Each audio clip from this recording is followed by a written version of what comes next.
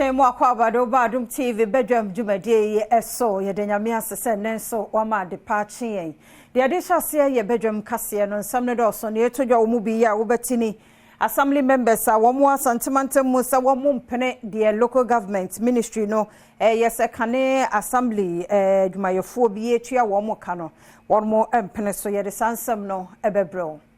Asante achima gogoja se hene na na from pon and so boko edu so susu se forestry commission task force fo bi abese nu fudie wi akire adwumayefo e woso nso waburu bi eno ni nsam bi na no pay mede bro sa Adom TV Badwam kasia wo show me live on Facebook /Adom TV extra Go TV 119 DSTV 280 YouTube ye Adom TV 2 medidi afia amankwa tamaklo afia ni DMT said nsam ni chiremu ete ankasa. Assembly members are one more santimantimu sense be a local government ministry no edeba se kane adwumayefo a ewo assembly mu yentua wo mo kabino wo mo ne no ya adwuna enyeyi sika no wo hwe ni mu se 2 to 3000 ye de ebema wo mo mfie nan ya wo mo ye adwuma ewo metropolitan municipal ene district assembly no wo mo de empene so nana ya ojima etwaso enti yesre minister no ne chief director say sa krata na wotro ya de come various assemblies no and I say mensini no on twe sa krata no nsan emwaye na ye shama MMDS nyina so atiase se obi bia ni krata so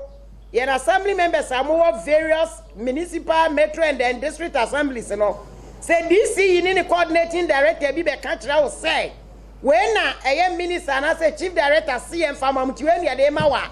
mon kantre ne se enya no kore eno echi ekuo no mabi echemu se sika no eye sika esua ehun kuntabu da bia no esum Ghana sika no sidi miensa asia 2023 moniama amokoye mo action plan amokoye fa 2024 ho no me ye sure na say ye sure say mo ka bibi fa mo end of service benefit ho de mo twa ye se eno an ye ntua mamo no eno an na mo hwe na ye de ye ntua mamo ministry ana say minister ne de yanyintumu ne yanyintumu china Asante achima gogoja se hene ye na Niger from pon na na susu se ohunu pa sa forestry commission on task force bi abawura ne kwaye ni mu abese ni mfudie ewi akire na adwumayefo e woso nso wabro won Adom kase etwaso asase amedoso nye forest dia forest atimi abese bayira amadua afifiri emreko a wode asase ama na nhwiefo etiso ewo eladi grusa ho na nhwiefo te so agogofo ma na eyen na nhwie no ani nwan nyina wobom obi ye mpreko obebusu ha enso ano de monka ho hwe obi asi blog dan kura si forest mu monka ho hwe asase ame woso yi me ame papa no mo dia a kire se enuru asase be se half acre kura hwe niam amadua se oba no se ne niam ye ne dia kura na me na dua ne niam afam enya mama se me ye ohene me ne jase hiam wagogo na se me madua de menkwala abafu abetu ahye menkwala aso abo mereko a omonka omo se de ne dia no e wo fie mo hwehwe me na ka mo na mentena ase ti me hawo ne se nkwala no bro abo omo anya adwuma moto omo de ye adwuma nso mo sisi no mo office Kwame Akomelan ya ono so eye adwumayini edema na naje frimpon wa wo kire se task force hoi ebro no ene Adom kase atwetwe nkombo ba na media ene na wakase yambedo yambebo spray o board enim ye hono ma na yebo na yewon se pick up me no bag o mo bag no na mo bisa me se na ho na ka se nya ha adwuma ne me ka se na na cha se hin dia mo be dia me fa na number den mam eno wa no ena mo sa se bo ba ko de wadi ania wadi kan bo me no wadi nsa na bo me azana ba ko yesi wadi tio e bo me femu na me jone Penny kwanchere for forestry commission adwuma no so Asante achem mensene mu Charles Akom ene Adom kase atwetwe nkomo a wodi to dwa se sansam a wodi ato ne so ne nyina nyade a eye nokore yeguso aye wa santemantemu na we ne fa hwe nwumasua so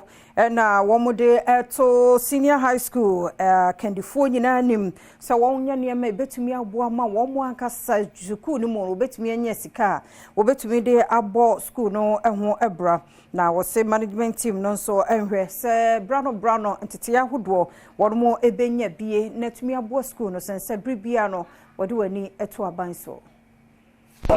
your person training, your heads, your directors, your matrons, any other educational leaderships, you know. the best way. Some be transformational leaders. Some be prepare shortfalls in our schools in so free and minimize it. It's minimizing a better educational system no Enkane Penia Oda Ghana Institute of Management and Public Administration ano eya obenfo Stephen Ejay ewo dwumadie no ase na ode afutu sei ema school mpanimfo the me can say yes obi enu ha oye dwuma on pese etuna katuam na se sie se wakatua ne ba na o chemu miensa na ba ko ya allowances sa allowances no ko retirement ya ye ma obi and some na dia ka no ya teso ansa na your pension na migiri se omo ani mmeri se sa die ni nyina de ba be hye wo makatua ni na nye se ene esi allowance ye se for man fa ma ye ko strike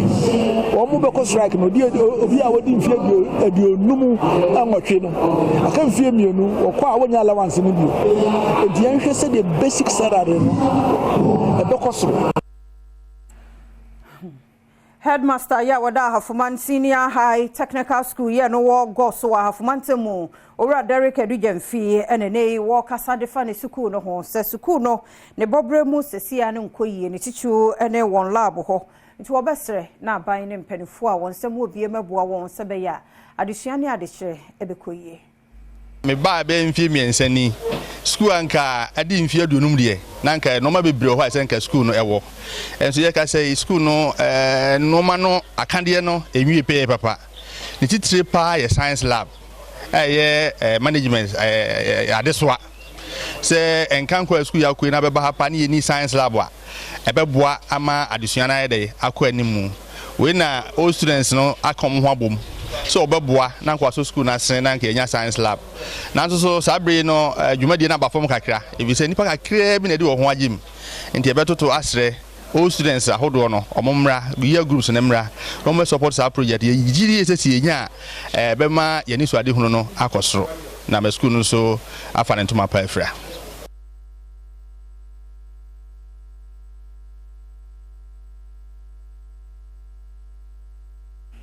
Mayento akase no eso na animdifo a won mabene e wa abefo nkitahudie mu ese akwanya no aba se wo se yede ehudwum yie pa na yeboa ene ya make se won mo apaw ye dwumadie foforo bi eho entoma ne nyina ye internet no ebia ne no na Dr. Simon Peter Kafui aheto wode to aban ene won abene e wa abefo nimdie mu se won mo nkoso a manimdie no no so ne eminimu sebe ya betumi akoye nim e wo sa kwan no so Adom kase etwose ye mra fiti 1960 uye bibia ye de bechew ne ahon keka na mra no still etiapo intino eno no omoboy abaso se Ghana fo ye ho ade na se dwumadie the real research ne koye ye no omoboy abaso se ya ade intino omomaye koka steering committee ho UNESCO eyi me se menka steering committee no ho na ye no foforo ye questions no foforo ntifiti this year and next year ekono the next report na ye be no ebehwe niama te se enkora ne se ne omu use internet na ebehwe niama te se nsem ya ka AI ebehwe no nso na asanso ahwe niama bebree eno echi wakade to aso se tabo ayeden senti the other network providers enim ene se won we na data bo a wodema adwumayekuo ensemtwerefo adusiafo ene obi bi owo man Ghana mu no ensunsuye enantemi sanse binum de ode ye adwuma ebo mai internet no so ye nhwe data use no se obi a o use data de esuade enye se otua pepepe nti wo fo obi a ode ye adwuma ni obi a ode suade ni obi a to say be a journalist no use data and you say data ni nyina yepe as it stands now data so the issue you say wo the ye journalist ejumo say wo the ye wa ejumo mu nyina mutu yape osofo ya wo hwe fishery sene aquaculture so ma Mavis Hawa Kumsen someone wo kan yes wo beboa na Ghana Journalists Association waboa won na nhwehwemu atumi akoso ewo nipa a osusuo se bia womunim Cape FM journalist ayebro no obeboa na yehunu saafo no ampa wadi ne bɔhyɛ no so ama wadi nipa mienu ama bambofo so ontoto no na muama nhwehwemu enwie peye. Ms. Awakunsin has honored her well by taking 2 suspects identified to her during the said meeting to the police to assist the police with investigations. We are very much aware that the police has cautioned them and has taken their statement. We are following up on the case with the police to ensure prosecution. I have directed the Central Regional Executive to speak to the complainant, that's the victim, Kobna, to write to the police to seek for what the state of investigation report. And wachi osanka de to aso say yendi emrahye Johnny Farouk Mahama ene ekoyi atenase akasa asumdwaba the senti tabuna wode to won so no we yefri won so a ono wo mu ebedi kaso bom biem. Farouk Ali Mahama apologized for the assault on the City FM reporter and committed to working to restore cordial relations with the media in the northern region and the country as a whole. He informed the meeting that he had also withdrawn his suit against the GJ and its partners as well as City TV, City FM, and was ready to meet and is ready to meet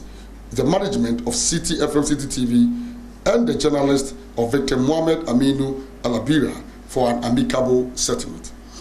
The GJ and its partners have decided to end the media boycott placed on Honorable Farouk Ali Mahama.